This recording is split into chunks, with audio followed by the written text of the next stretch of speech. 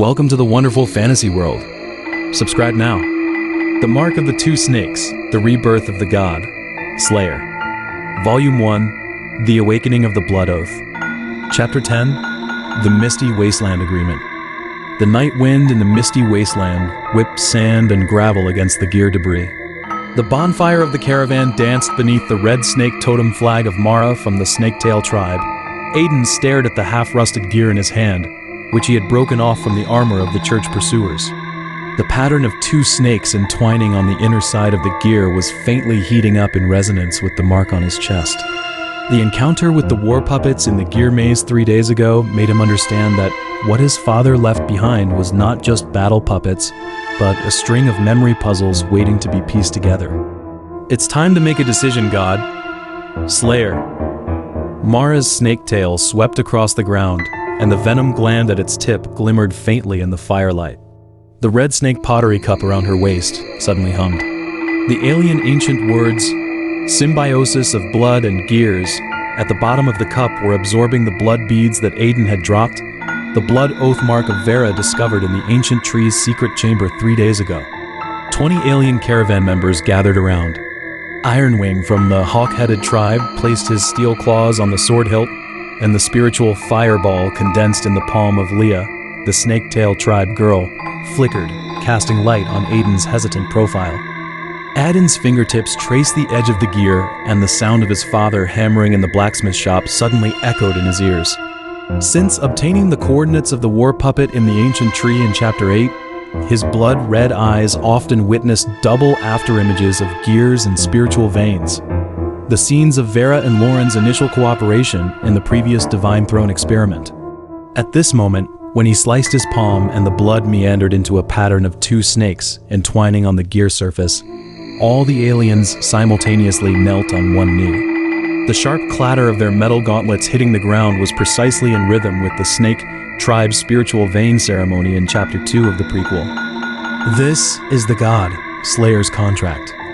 The old priest's eyes, clouded with age, welled with tears. The gear necklace on his chest suddenly snapped, revealing a snake-shaped relief of Vera on the inside. 100 years ago, the Snake Tribe Queen formed an alliance with humans using this mark, but it was crushed by Loren's gears, ... double quotes. The old man's voice choked with emotion. Aiden recognized him as the grandfather of the alien youth saved in Chapter 3. The whip marks on his back were identical to the wounds of the victims of the Vin-Siphon cannon, recorded in a log of the previous Divine Throne experiment. Mara suddenly grabbed Aiden's wrist and pressed his palm against the bottom of the pottery cup.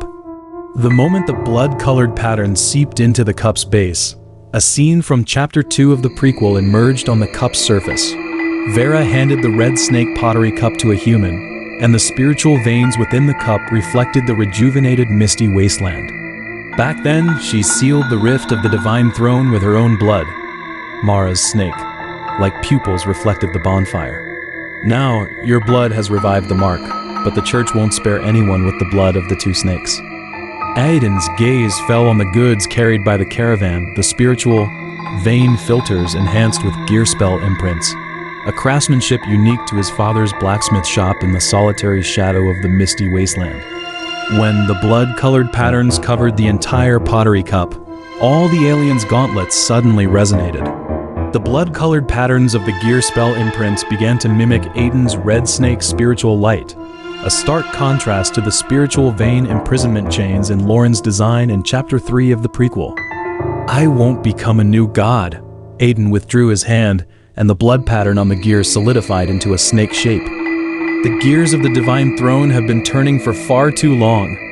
Neither human spell, imprints, nor alien spiritual veins should be shackled.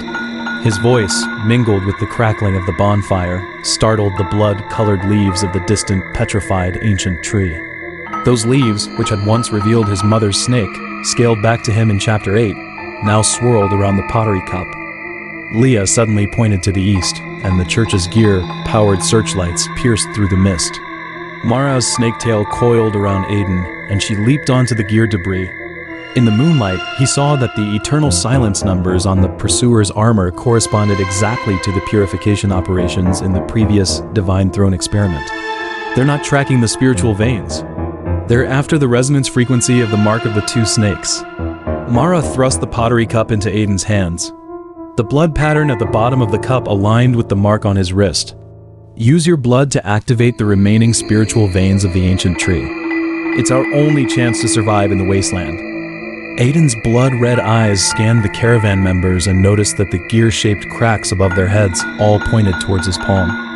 Words from his father's diary suddenly flashed in his mind. The mark of the two snakes can either restart the spiritual veins or crush the world into gear dust.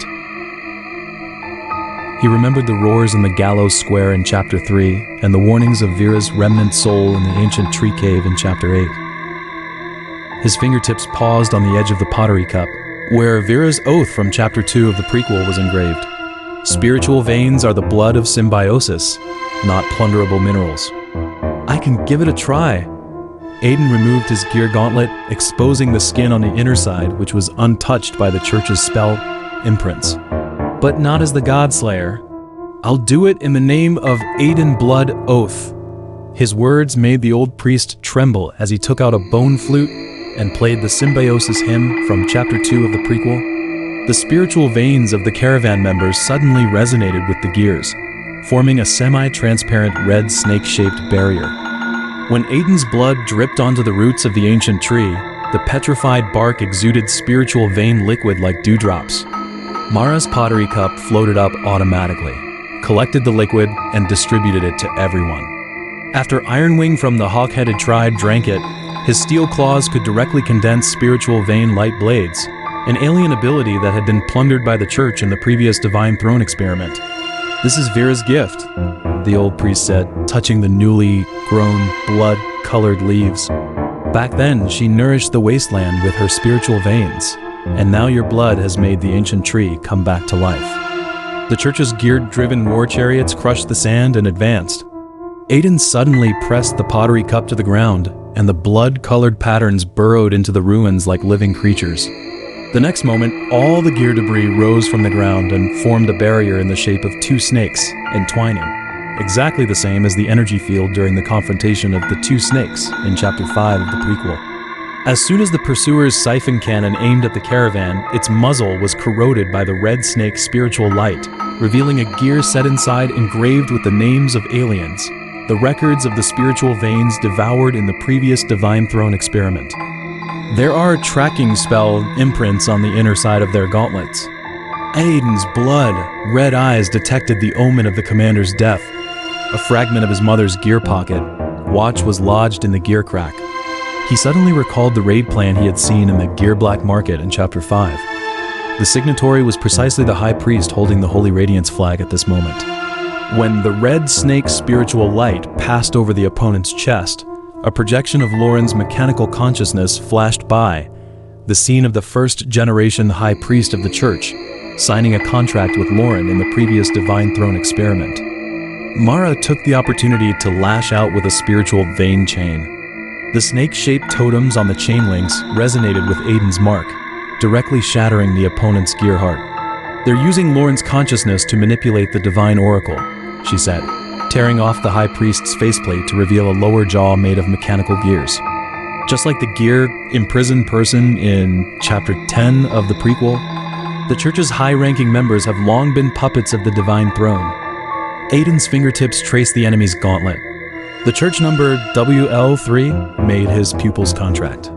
It was the experimental code name of his mother as Vera's vessel in the log, stolen by his parents in Chapter 11 of the prequel. When he handed the pottery cup to the injured human deserter, the terrified look in the latter's eyes softened as the spiritual vein liquid repaired his blood vessels eroded by the gear spell imprints.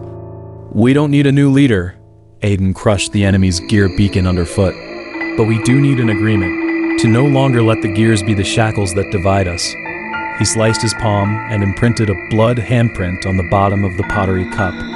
The new pattern perfectly matched Vera's blood oath mark in Chapter 9 of the prequel, forming the first-generation seal of the Misty Wasteland Covenant. The caravan members touched the pottery cup one by one, and their spiritual veins and gear spell imprints naturally merged for the first time, projecting a light and shadow of two snakes intertwining onto the sand. In the distance, the rumble of collapsing gears echoed, and a red and silver light illuminated the direction of the petrified ancient tree. Aiden knew it was the signal of the war puppet's self-destruction program, Subtitle. The mechanical heart left by his father was buying them time to retreat. He tightly gripped the pottery cup, and the blood pattern at the bottom of the cup suddenly revealed his mother's handwriting. "Don't let the gears define your form." The last words his mother had written on the back of the log in Chapter 11 of the prequel. "Head northeast." Aiden handed the pocket watch to Mara. The watch hand pointed in the direction of the gear graveyard. "There are the coordinates of the Stargate of the previous Divine Throne experiment, and it's also where Loren's mechanical heart is hidden." He looked into the depths of the mist. The gear armors of the church pursuers were gradually corroded by the red snake's spiritual light, exposing the skin beneath, which was burned by the spiritual veins. Those wounds, identical to those of the aliens, were evidence of the church's lies crumbling. The old priest suddenly started singing a snake tribe requiem that had been lost for 100 years. The caravan members buried the damaged gears in the sand and covered them with blood-colored leaves. Aiden's blood-red eyes saw that these gears would grow into symbiotic nodes capable of autonomously regulating the spiritual veins in the future, just as Vera had described in Chapter 2 of the prequel. Mara's snake tail wrapped around his waist, and the warmth of the pottery cup was transmitted to his palm. It was the warmth of the blood of both aliens and humans, no longer the confrontation between gears and spiritual veins, but the first note of symbiosis. When the first ray of morning light pierced through the mist, Aiden found that his mark of the two snakes no longer throbbed with pain. Instead, it resonated with the blood pattern on the pottery cup. He knew this choice was not the end. While refusing to be a vessel of the Divine Throne, he was becoming a mediator between gears and spiritual veins, enabling the two ethnic groups to find the possibility of symbiosis in the rifts. At this moment, the blood pattern at the bottom of the pottery cup was glowing. It was the first gear in the Misty Wasteland without the church's spell imprint, and also the true starting point of the mark of the two snakes. Not a curse, but a bridge. The caravan continued on its journey. Aiden's footprints left blood, stained marks in the shape of two snakes on the sand. He touched the jade pendant on his chest, and for the first time, the voice of the remnant soul Vera sounded clearly. "Your father once said that the cracks in the gears can let the light in." In the distance, the branches of the petrified ancient tree swayed in the wind, slicing the rising sun into light spots in the shape of gears and snakes, which fell upon every alien and human who chose to trust him. This was not the rebirth of the Godslayer, but a young man named Aiden Blood, Oath writing the first symbiosis equation with his own hands in the crevice between gears and spiritual veins. This episode ends here. The next episode will be more exciting. Subscribe now.